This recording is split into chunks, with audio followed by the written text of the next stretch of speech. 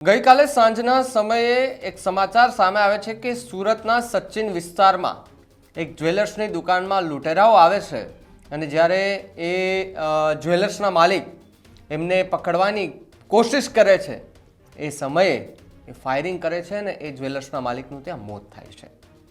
રાજ્યમાં કાયદો અને વ્યવસ્થાની સ્થિતિ ખૂબ કથળેલી છે। આ વાતને આપણે સ્વીકારી ન શકીએ। આ જે ઘટના બની છે તેને જોતા મહત્વની વાત, ગુજરાતના ગૃહ રાજ્યમંત્રી કહેવાતા હર્ષભાઈ સંઘવી એમના શહેરમાં જો આવી ઘટનાઓ બનતી હોય તો બીજા અન્ય શહેરોની તો આજે શું વાત કરવી।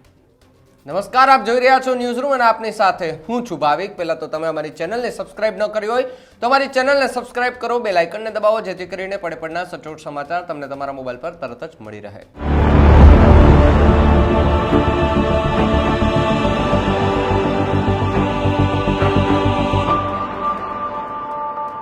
સુરતના સચિન વિસ્તારમાં ગત મોડી રાત્રે એક એવી ઘટના બને છે કે જેની ચર્ચા આજે ગુજરાતભરમાં થઈ રહી છે।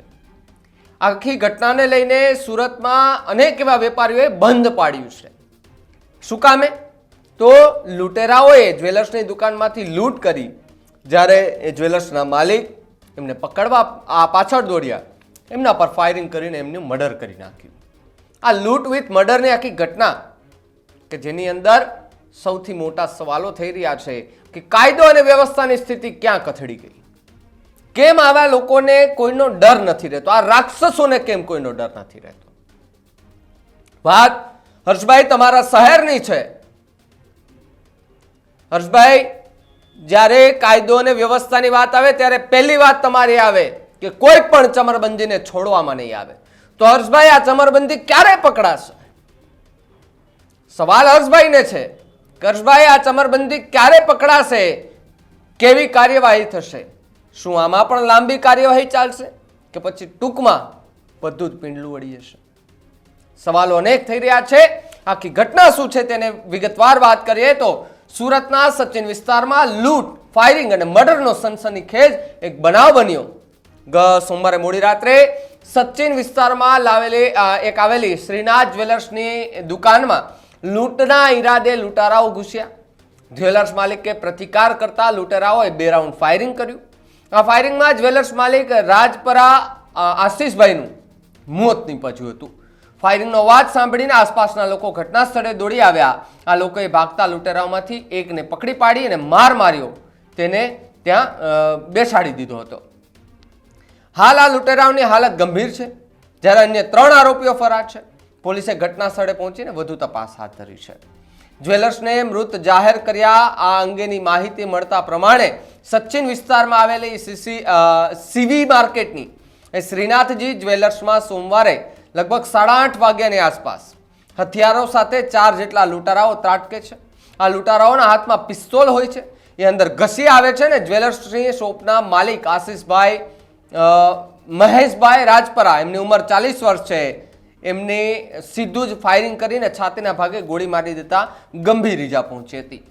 આશીષ રાજપરાને સારવાર અર્થે નવી સીવી હોસ્પિટલ ખાતે ખસેડવામાં આવ્યા, પરંતુ સારવાર મેળવે પહેલા જ તબીબે જ્વેલર્સને મૃત જાહેર કર્યા।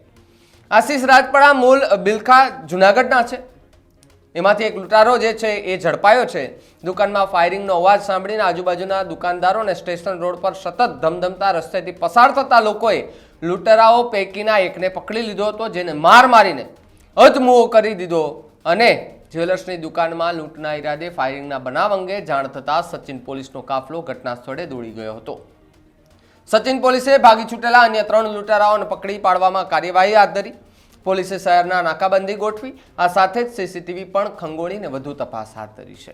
આખા મુદ્દાને લઈને પોલીસ શું કહી રહી છે, આવો સાંભળીએ। આજે સચિન પોલીસ સ્ટેશન વિસ્તારમાં સ્ટેશન બજારમાં એક શ્રીનાથજી જ્વેલર્સ કરી અને શોરૂમ આવેલો છે। એમાં રાત્રિના 8:30 થી 9:45 વાગ્યાના અરસામાં એક 4 આરોપીઓ ફાયરઆર્મ સાથે લૂંટ કરવાના ઈરાદે આ જ્વેલરીના શોરૂમમાં આવેલા હતા અને એમણે ત્યાંથી લૂંટ કરેલી હતી અને ત્યાંથી જે જ્વેલરી શોરૂમમાં હાજર આશીષભાઈ મહેશભાઈ રાજપરા જે હાજર હતા એમને પ્રતિકાર કર્યો। તો એમને પ્રતિકાર કર્યો તો આરોપીઓ પૈકીના એક આરોપીએ જે વિક્ટિમ જે છે આશીષભાઈ મહેશભાઈ રાજપરા એમના ઉપર 2 રાઉન્ડ ફાયર કર્યા।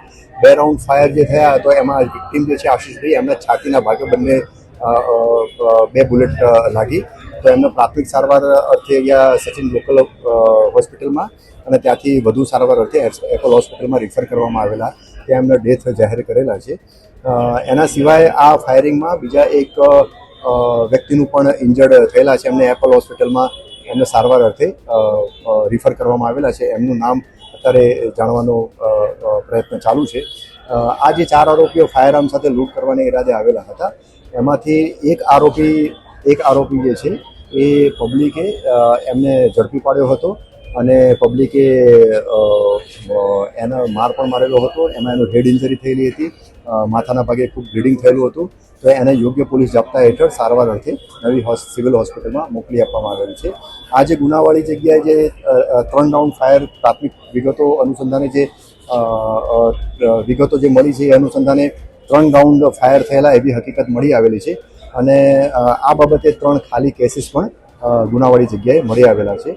હાલમાં એક આરોપી પકડાઈ ગયેલો છે, એ સારવાર હેઠળ છે સિવિલ હોસ્પિટલમાં, અને અન્ય 3 આરોપીઓ ફરાર થઈ ગયેલા છે. સુરત શહેર પોલીસની, સ્થાનિક પોલીસની ઉપરાંત ક્રાઇમ બ્રાન્ચની ટીમ અને અલગ અલગ બીજી ટીમો પણ કાર્યરત થયેલી છે આ 3 આરોપીઓની ઝડપી પાડવા માટે. તો બીજી તરફ સચિનના જ્વેલર્સ આશિષ રાજપરાનું કરુણ મોત નીપજ્યું છે. આમાં સંબંધીઓએ આપેલી માહિતી પ્રમાણે લૂંટારાઓના હાથે ભોગ બનેલા આશિષના પરિવાર 2 ભાઈઓ છે. મૃતક આશિષના પિતા મહેશભાઈ રાજપરા અને માતા દક્ષાબેનને બંને લંડન ફરવા ગયા હતા. પુત્ર આશિષભાઈના મોત અંગે જાણ થતાં તેઓ 2 દિવસમાં સુરત પહોંચશે અને પછી આશિષભાઈની અંતિમ વિધિ કરવામાં આવશે. સચિનના સીવી કોમ્પ્લેક્સમાં શ્રીનાથજી જ્વેલર્સના માલિક આશિષ રાજપરા સોનાના કિંમતી દાગીનામાં થેલામાં ભરીને દુકાન બંધ કરવાની તૈયારી કરી રહ્યા હતા. ત્યારે મોડી સાંજે ઘાતક હથિયારો સાથે લૂંટારાઓ ત્રાટકે છે અને 4 થી 5 લૂંટારાઓ પૈકીના એક યુવાન દાગીના ભરેલો થેલો ખેંચીને ભાગ્યો હતો. લૂંટના બનાવ પ્રતિકાર કરતા આશિષ રાજપરાને ગોળી વાગી. આ લૂંટના 2 દાગીના ભરેલા થેલામાંથી એક દુકાનદારની નજીકથી મળ્યો, જ્યારે બીજા થેલાની હજી ભાળ નથી મળી. આ થેલામાં કેટલાની રકમ છે, દાગીના હતા, તે અંગે પણ તપાસ પોલીસ કરી રહી છે. આખી ઘટનામાં કાયદો અને વ્યવસ્થાની સ્થિતિને તમે કેવી રીતે જુઓ છો, કમેન્ટ બોક્સમાં ખાસ લખજો. જોતા રહેજો ન્યૂઝ રૂમ. નમસ્કાર.